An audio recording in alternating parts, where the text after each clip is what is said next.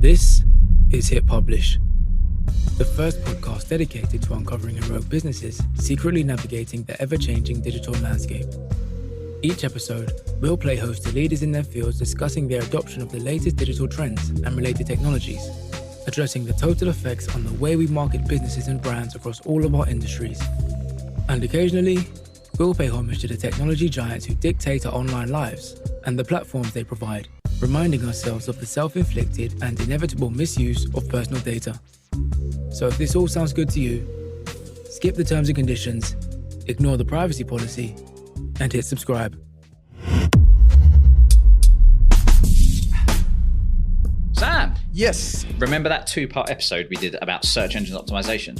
Yes, how could I forget? It was amazing. Well, off the back of that, our very own resident SEO expert Chris has given up some of his time to help out some of our listeners with his top tips to help your website rank better within search and ultimately encourage more traffic, which equals more leads, which equals more sales, which equals cash in the bank. All right. If you head on over to hitpublish.digital/web ranker Chris, need to be careful how I say that, where there will be a simple form for you to schedule a 30-minute discovery call with Chris where he'll audit your website and provide you with some simple top tips and easy to implement strategies to help your website rank better. Yes, all jokes aside, Chris really knows what he's talking about, and to have 30 minutes of his time free of charge is a great win. So head over to hitpublish.digital/web ranker Chris to schedule your free session now. Is it a first come, first serve thing? Yeah, I think we should do like first 5 or 10? 10. First 10. First 10, head on over to hitpublish.digital/web ranker Chris to schedule your 30-minute discovery call.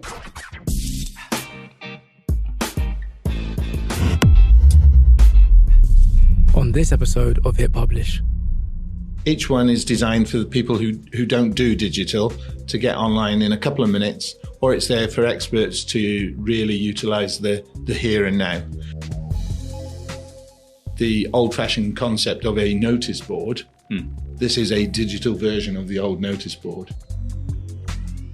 And that's one of the big differences with things like Facebook, is that anything that the owner of the notice board doesn't want to be on there doesn't have to be on there. They have full editorial control. A pinboard owner can advertise as much as they like on their own site for free. If they want to advertise on another site, so a town site, a networking site, then that will cost them the princely sum of £1 per advert per week. Everything is possible, and I think that's a yes then. Feature coming up. On this episode, we sat down with Graham Stonadge of StreetPin.com, a newly launched network of local, social, community and business websites. StreetPin is designed to maintain the ethos of the local community pinboard with unique information, events, promotions that is only relevant to the here and now. We spoke with Graham about its unique differences to other social platforms out there and how it's driving and achieving real footfall to local communities. Graham explained how it's free for people to join and use and perfect for local business communities to achieve a greater reach locally and wider than that through paid ads. We covered our usual news updates, there are some takeaway top tips, and lastly, a reminder to kindly subscribe to Hit Publish, your digital marketing, online advertising and technology-inspired podcast. All the show notes, links and other episodes can be found online at hitpublish.digital. Hello and welcome back to another episode of Hit Publish. Chris, hello. Good afternoon, Ian. Hello. We're a man down. We're missing Sam today, but I'm sure he'll join us for the next one. But today we are finally joined by Graham from StreetPin. Hi, Graham. Hi. It's good to have you. Good to have you in at long last. We've been trying to tie you down and get a date in the diary. We did miss you last week. We won't go into why. Yeah, again, but Graham did hear that our last episode, so that was a bit awkward. But we're all good. We're all friends. So let's jump straight into it. We're going to talk about StreetPin today, which is I'm not going to say what it is. I think Graham should tell us exactly what StreetPin is. Okay. Well, essentially, StreetPin is a local network of social and sales websites. We call them pinboards. Each one is designed for the people who don't do digital to get online in a couple of minutes, or it's there for experts to really utilize the here and now. It's a community tool.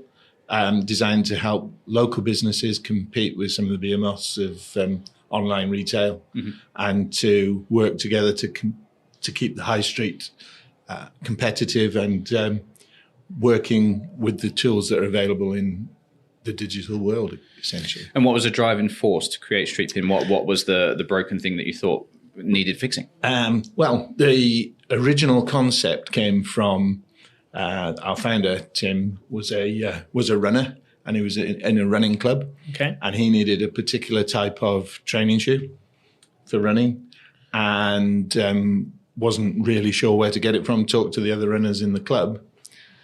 Discovered a while later that there was a sports shop in the same town that would provide the service of getting those particular trainers in that particular size and that particular color, but the two didn't join up.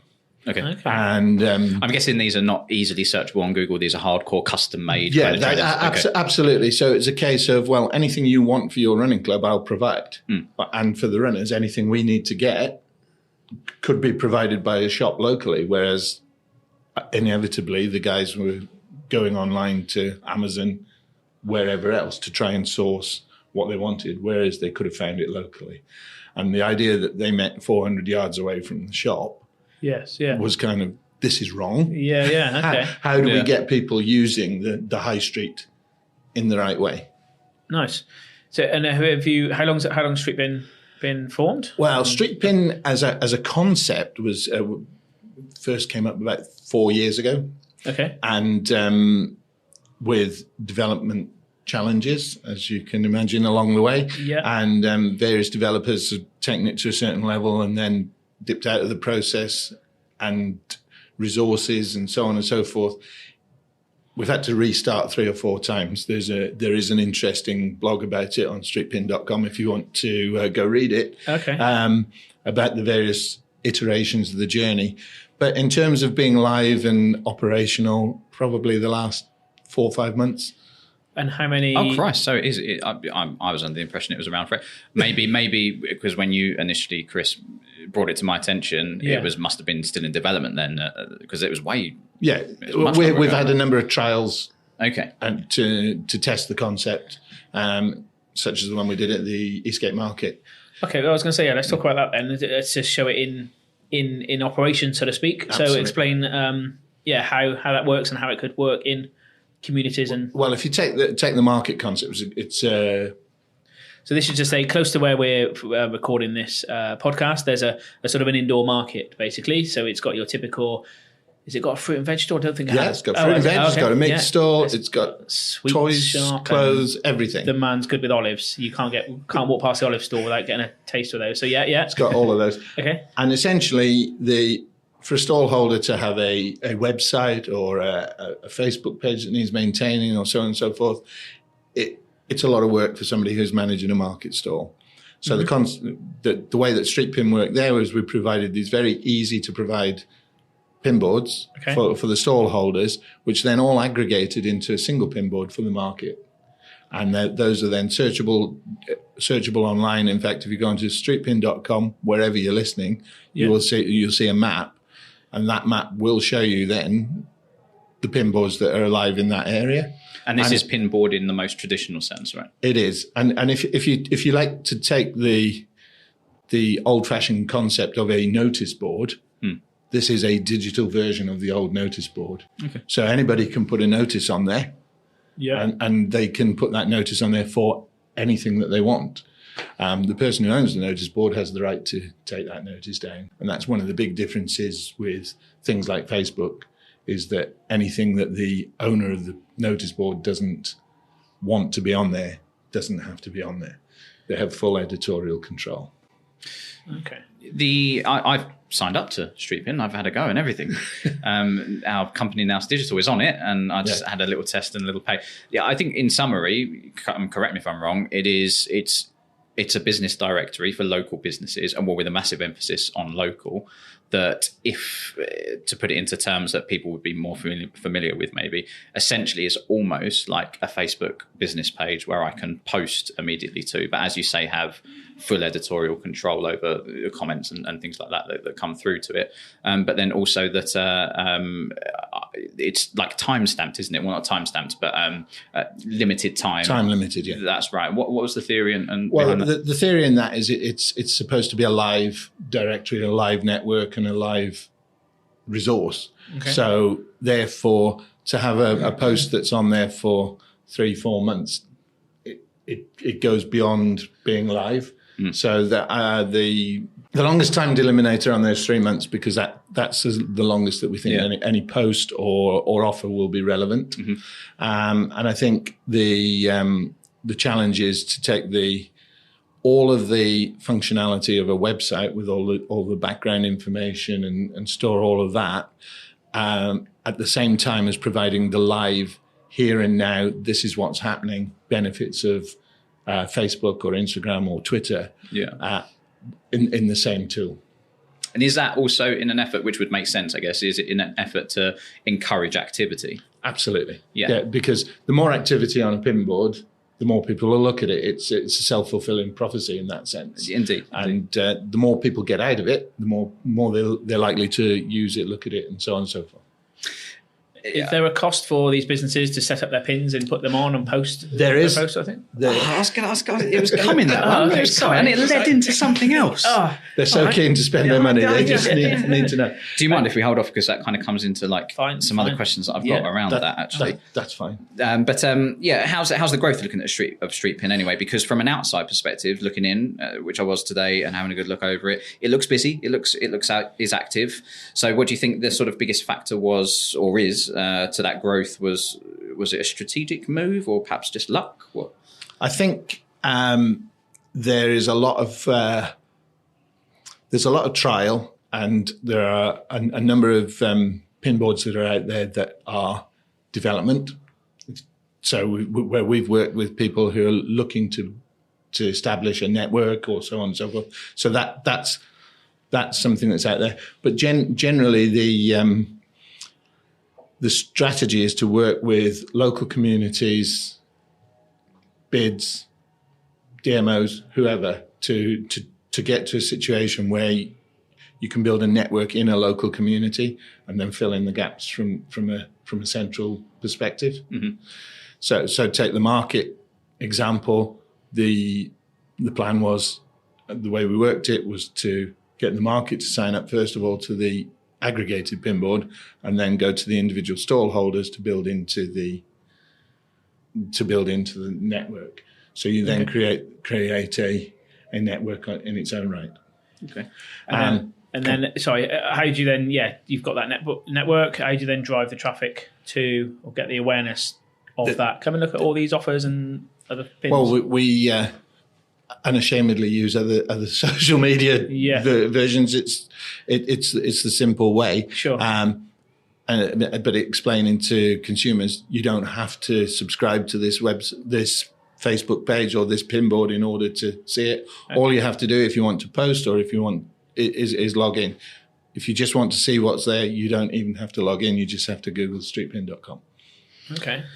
I know this is very difficult, only being 5 months in. I wasn't aware it was that early on, actually. But what do you know, or can you share at this stage, even if they're finger in air numbers of sort of what the stats look like for StreetPin as far as sort of monthly active users are concerned? Or it's very difficult to put a number on exact numbers of monthly users because so early. It's very early, but there's a couple of dynamics there.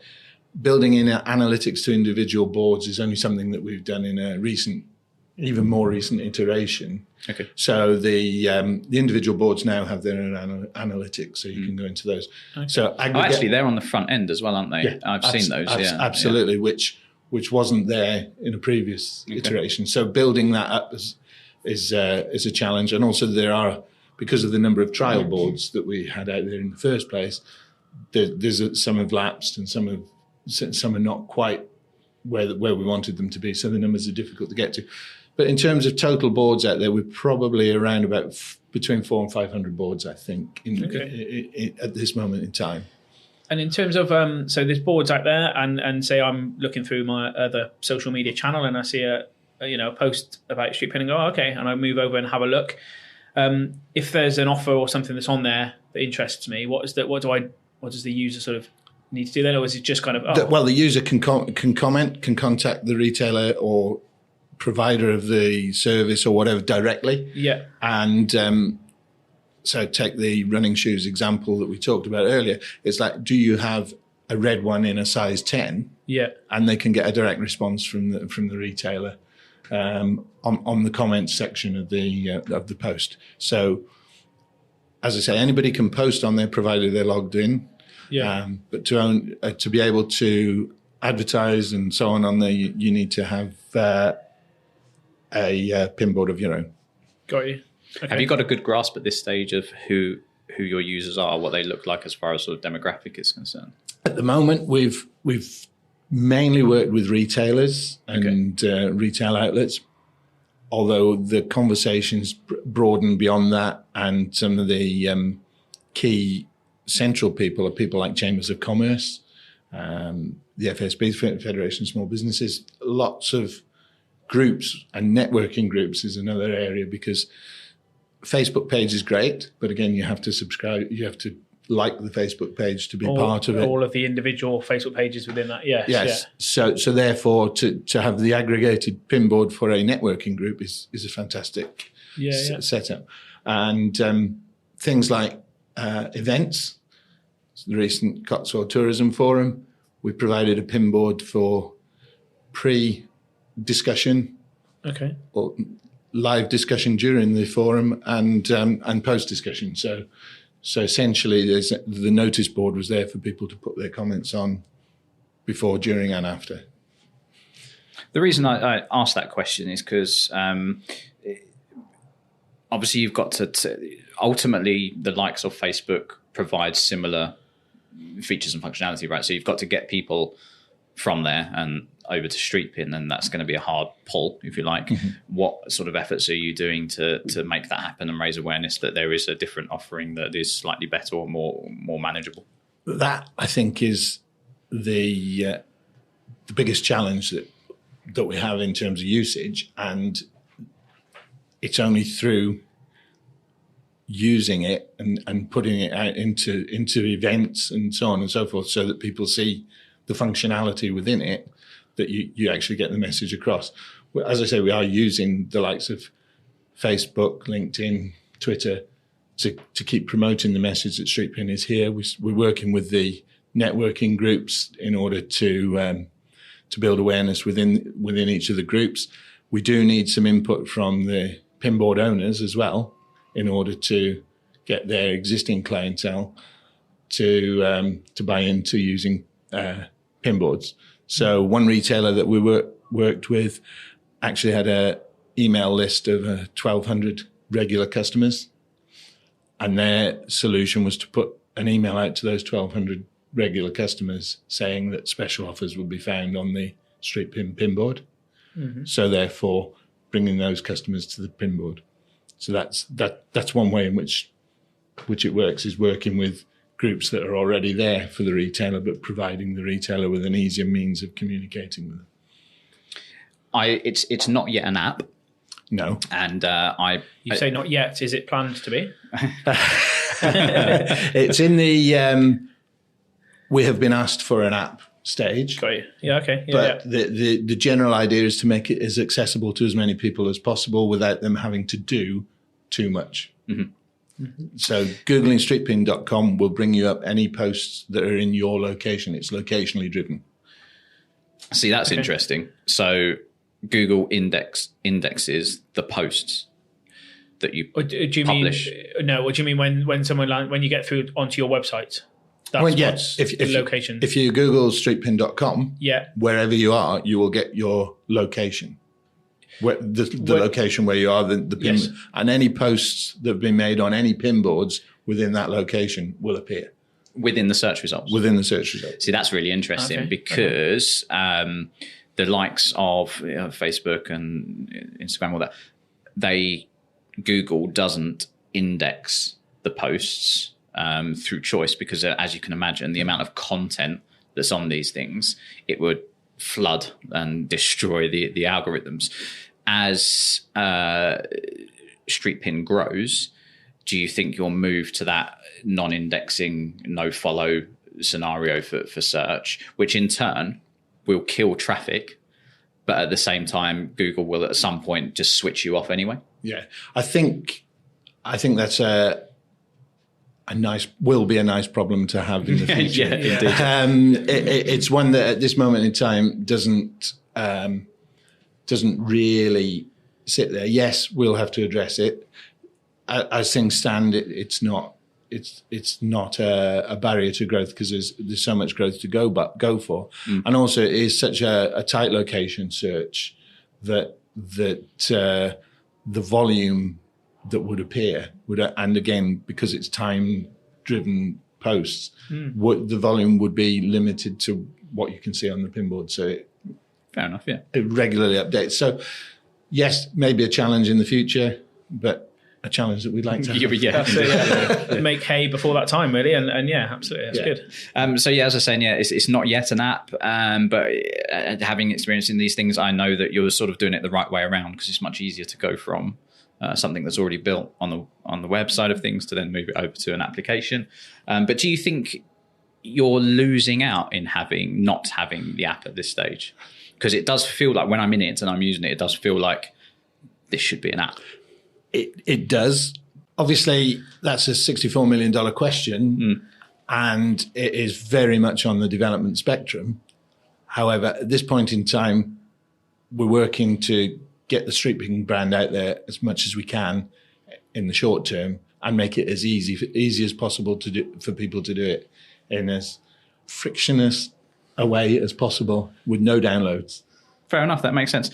Chris, should we do some news before we carry on? Yeah, let's do some news. Let's do some news. Chris, 5 minutes on the clock. Okie dokie, doing it. Starting with WhatsApp.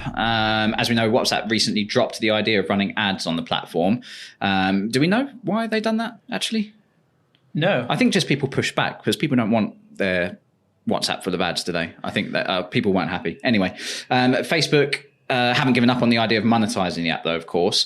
Some leaked upcoming features include further development to the virtual catalog feature. Do you use WhatsApp Business? No. Okay, so get into bed with it. So I downloaded it, but I struggled with it, to be honest. But yeah, anyway, I'll revisit. It's not difficult. But it took over my personal, and I couldn't see the difference. Anyway, not for the news item. Okay, I know what you mean. The virtual catalog, basically, you can put like your services or products into it, and then you can easily sort of share those from there and links out, etc. We're currently allowed small retailers to display their goods, as I say, and customers can browse through. Shoppers could choose what they would like to purchase and then reach out to the seller to complete the transaction externally. But it looks like, according to some sneak peeks, you can, following in the footsteps of Instagram, they're going to bring that transaction into WhatsApp. So you can share from your catalog and people will then purchase, which is good stuff. I think that's a massive tick. There's also some further developments. It's funny you should say that you're having problems with how it takes over your account and all of that kind of stuff. Yeah. Well, then they're going to make it easier for you to use your WhatsApp on a number of devices. Okay. Nice. And also an iPad version of it. Thank the Lord for that. Yes. Yeah. Moving away from that whole taking a picture with your camera of the QR code, and a third party thing. It's not. Yeah. Rubbish. Moving on. SEO. A Hollywood studio has changed the movie title after its release date to make it more search friendly. Wow. Okay. Interesting. What was it before and after? Well, all right. Warner Brothers released Birds of Prey and the fantabulous emancipation of one Harley Quinn. Okay. That was the title of the movie. The title has since been shortened, but the length was not the main issue. Warner Bros. Money-making character Harley Quinn of DC Comics, of course, isn't mentioned until the end of that long title. So Warner Bros. Must have gotten the message, and they've changed the title to as we now know it, which is just Harley Quinn, Birds of Prey. It also gets rid of that word that is hard to say and even harder to try and spell, I imagine. Yeah. Someone at Warner Bros. Said that the name change is part of a search expansion for ticket sales. In other words, the studio wants to make it easier for people to find the movie and get tickets, because opening week fell short of expectations, and for a massive movie franchise like that, it shouldn't have done. Okay, so there you go, SEO getting into Hollywood as well. So Facebook, moving on, number 3. How are we doing for time? Doing all right, 2 minutes left. Go. Oh, really? So sad times. I posted about this earlier on LinkedIn. Do you remember when Facebook announced about that feature that was going to take on Tinder? Yes. Are you an avid user of Tinder? I'll be telling. A feature that was going to take on Tinder, but I think on a more legit level. Well, Tinder's legit, isn't it? Anyway, so it's a feature that was talked about ages ago, and is actually already available in many other countries, including the US. Unfortunately, has come to a halt because good old EU data protection laws have become a concern. So Facebook is saying that it's taken a bit more time to make sure the product is ready for European market. I don't really understand that, because I thought we're out of the EU now. We are. It's going to take a while, though. But anyway. But interesting fact, why you might ask, why on earth is Facebook taking on Tinder? Well, the short answer is Tinder last year was the highest grossing mobile app of the year, beating the likes of Netflix. Blimey. I know. Yeah. Moving on, Apple. After months of rumours and speculation, it looks like Apple will produce tens of millions of ultra-wideband trackers. So I've got one of these things called a Tile. Yes. Do you know that? Yeah, it's like on my keys. Yeah. It's Apple's version of that, basically. Okay. And they've been talking about doing it for ages. And it looks like they now are. There's been leaks of how it might look. It will look like a little white, of course it's white, a white disc with the Apple logo on it. And that will use the same technology as what's currently in the new iPhone 11 for you to track items around the house, keys, that kind of thing. It's a good thing, but I think it will absolutely kill the likes of Tile. Yes. It's kind of, I don't know how fair it is that a massive company like Apple can just swoop in and literally destroy a company in one foul swoop. Not really fair, is it? Well, no, that's nature of the beast, though, isn't it? Yes. Lastly, I think we might do this for the first time. How long have we got left? 20 seconds. Maybe not. I'll say it really quickly. The UK's Jaguar Land Rover is the latest automaker to unveil an electric, autonomy-ready shuttle pod designed to carry many people. I'm not going to go into it more than that because it says what it says on the tin. But I've seen this thing and it looks quite cool. It doesn't look like a typical car at all. It is very much a shuttle pod. It's very future. There you go. But I thought that's pretty good. I think that was a success. And Jaguar Land Rover. I mean, I think it's the first sort of major, certainly UK. They are still UK, aren't they? Jaguar Land Rover. I don't know. They are. Yeah. Jaguar Land Rover finally in the UK getting into bed with autonomous driving, and this will be fully autonomous, right? They're already testing it. Remember, I mentioned about Google's Waymo. Yes. So they're helping them out with the technology, and they're testing it right now, somewhere in California, probably. It's good to go. So we might, certainly in our lifetime, see these little Jaguar Land Rover pods shuttling people around with no drivers in them. Blimey. That's the news. Good. So having played and used StreetPin, I'm aware that it's a monetized app. Yeah. Can you tell us the strategy there as far as the company is concerned and how the users can benefit from them? Okay, in terms of the monetization of it, there are two separate ways of posting, if you like, on the pin boards. One is the typical post that we were talking about earlier, where you can just post do you have a size 10 in that? Do you have a red one? Or the retailer can simply post, it's raining outside, anybody want a cup of coffee for £2? We're open all day. Generic post. Mm-hmm. But equally, there is the opportunity to advertise on pin boards, and those the advertising in terms of offers, that is where the monetization comes in.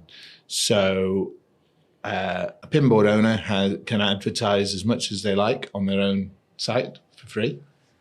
If they want to advertise on another site, so a town site, a networking site, then that will cost them the princely sum of £1 per advert per week.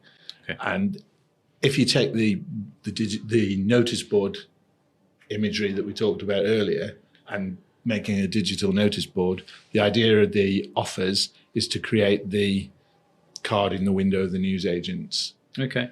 Type of of things where somebody who's got a service to sell or a product to sell or kittens for sale or whatever it is, Sure. they can post an offer on there, which again is time bound to bring in the FOMO thing, if you like. Yeah.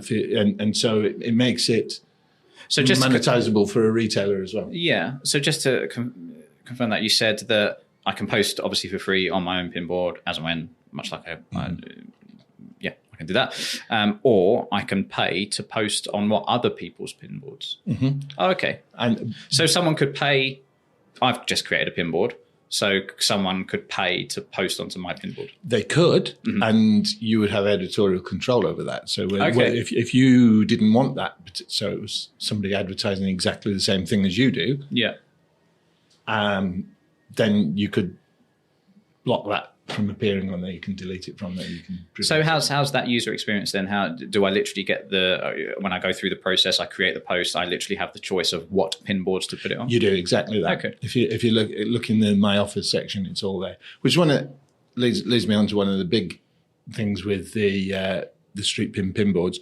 All you need to know to run a pin board is in the menu section that you just get on the right hand side of the pin board, and you can. It's very easily laid out. There are some instructional videos and so on. So it's all very much there at your fingertips to make it easy, to make it frictionless, as I said earlier, to make it intuitive, and to make it so that people can do it quickly without having to sort of sit down at a laptop and spend hours on their marketing. They can do it there and then instantly. If the weather's bad, if the weather's good, if they've got product that's going out of date that day, they can actually post about it, advertise it. They can pull in people to clear stock or whatever they need to do to market their business. They can do it there and then. They can do it locally, so they can have an instant impact. That's what StreetPin aims to support people in doing, to support the high street. So there becomes a benefit then to consumers to go to their local high street with their streetpin.com switched on, so that they pick up the latest offers that are available in the high street. So it then puts the high street as a destination that consumers want to go to because they pick up offers the whole time. Help driving footfall and getting people to that high street. Yeah. Exactly right. Which is we've talked about in previous episodes, which is always good. A good thing to do. It fits with the mission, which is about enabling retailers to better understand and connect with their target customers and to drive their footfall in store. So that's the purpose of a pin board, if you like. And are your retailers able to give you that feedback in terms of knowing how many people have turned up at their place asking for this thing that they've seen on StreetPin, for example? Or? I guess they could. Yeah. but there would be that many that you would run out. Sure. As I said, the analytics in terms of who looks at the sites is now available to retailers to see what benefit they get from it. But the sort of build up, I guess, would depend on the quality of the retailer. Yeah.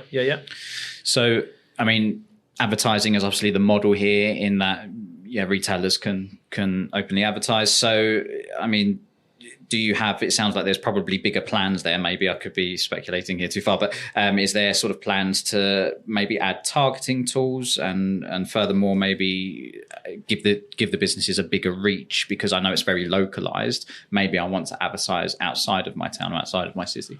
I think everything is possible. And I think that's a yes then. Feature coming up.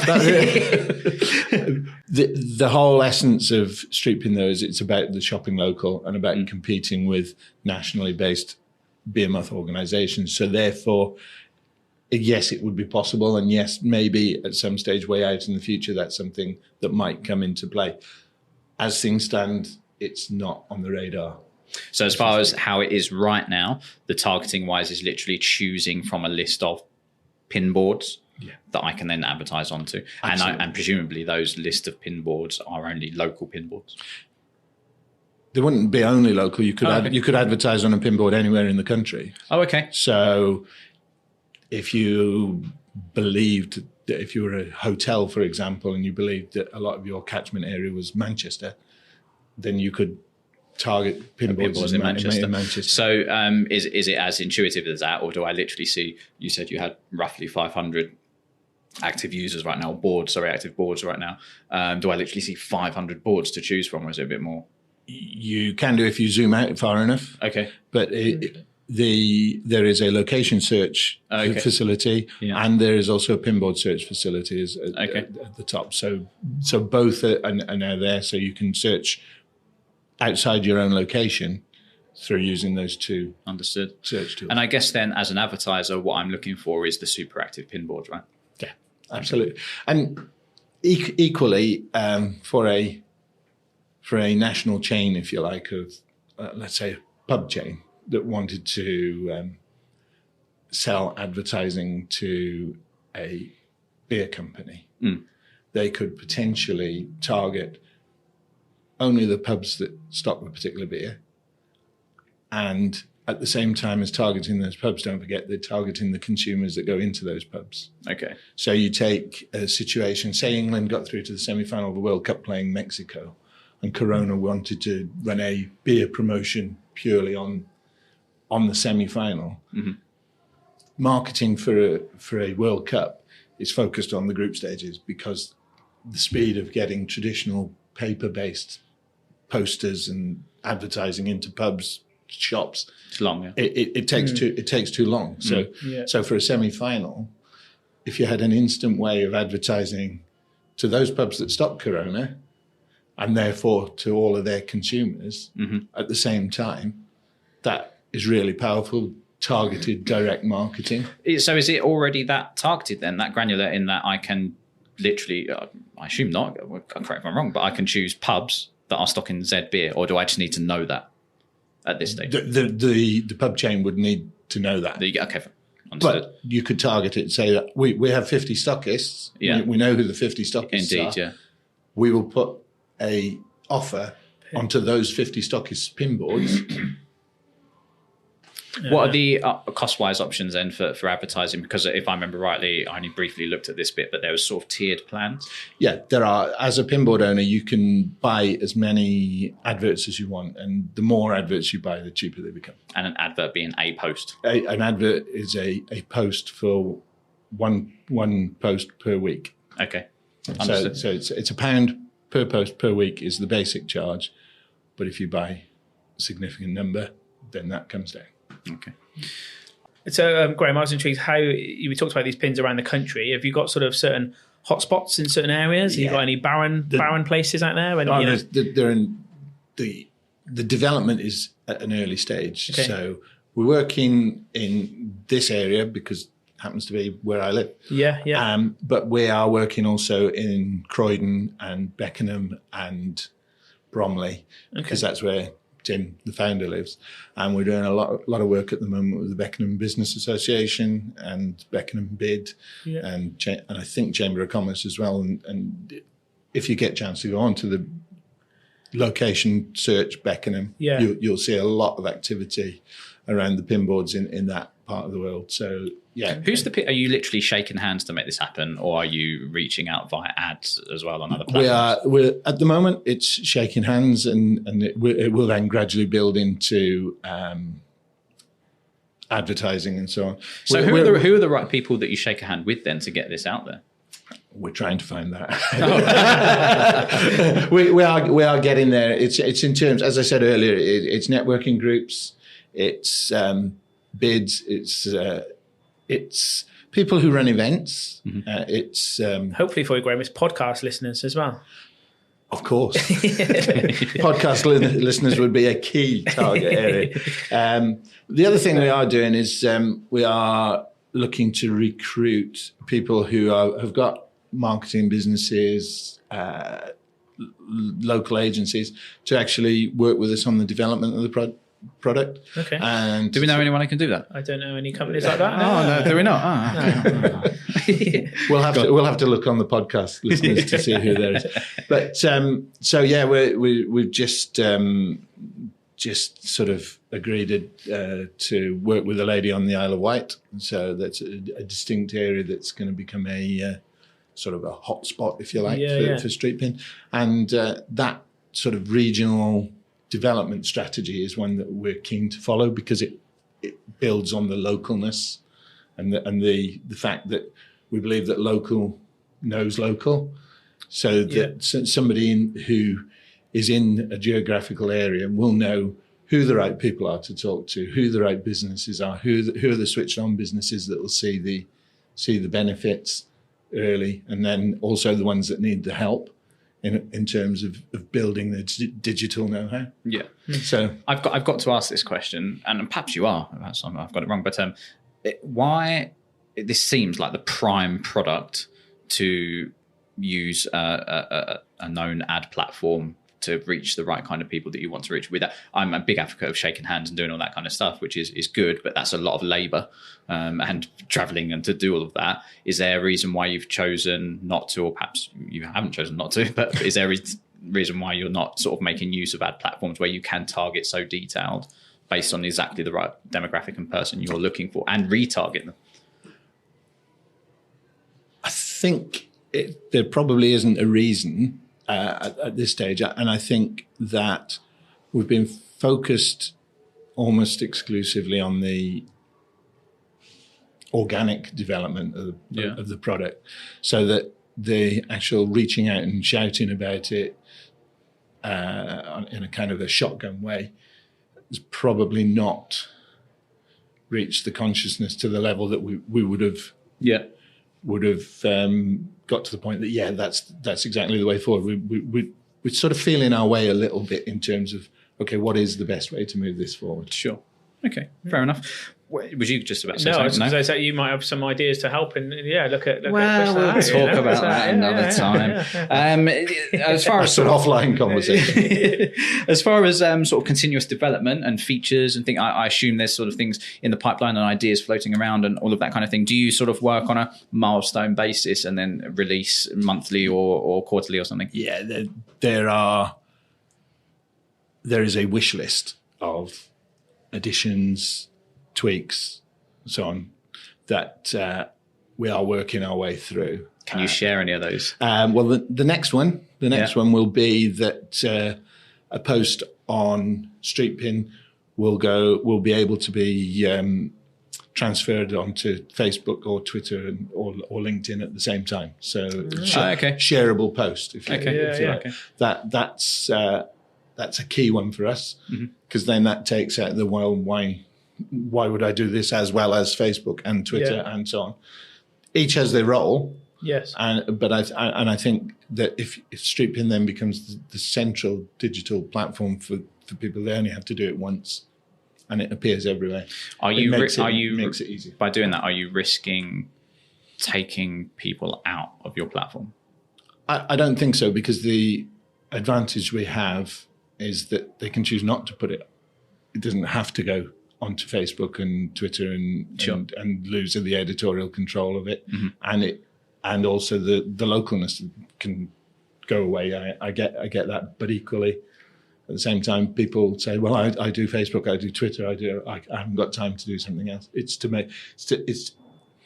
build on the overall mission of making it easier, simpler, and without any kind of barriers to get the digital, and presumably to get a much bigger reach. Yeah, exactly. How big is the StreetPin team, Graham? So you've got so many techies hidden away in an office, sort of beavering away at these things, making things happen, or it's relatively small. Yeah. You can lean,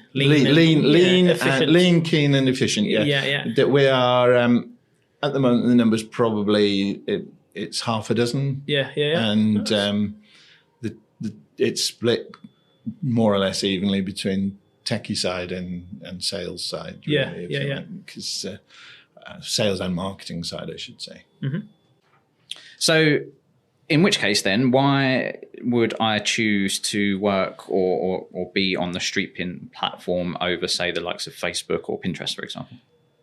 I think rather than sort of answer the question about individual other platforms, I think the USPs that StreetPin brings are we have location-based mini websites that are collaborative showcases for towns and groups and promote on and offline discovery and engagement in a local community.